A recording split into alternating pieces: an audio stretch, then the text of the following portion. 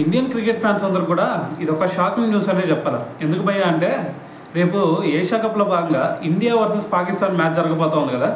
అయితే మరి ఈ మ్యాచ్లో ఇండియన్ టీంలో ఒక స్టార్ బ్యాట్స్మెన్ మరి ప్రాక్టీస్ సమయంలో అతను కొంచెం ఇంజూర్డ్ అయ్యాడని చెప్పేసి ఒక న్యూస్ అయితే వచ్చింది. మరి ఆ బ్యాట్స్మెన్ ఎవరు భయ్యా అంటే ఎవరో కాదు, మన వైస్ కెప్టెన్ అయినటువంటి శుభ్మన్ గిల్ అనమాట. సో మరి ఈరోజు రేపు మ్యాచ్ ఉంది కాబట్టి మరి ఈరోజు ఖచ్చితంగా ప్రాక్టీస్ చేయాల్సిన సిచ్యువేషన్ ఉంది కాబట్టి సో మరి ప్రాక్టీస్ చేద్దాం అని చెప్పేసి నెట్స్లోకి వెళ్ళాడు.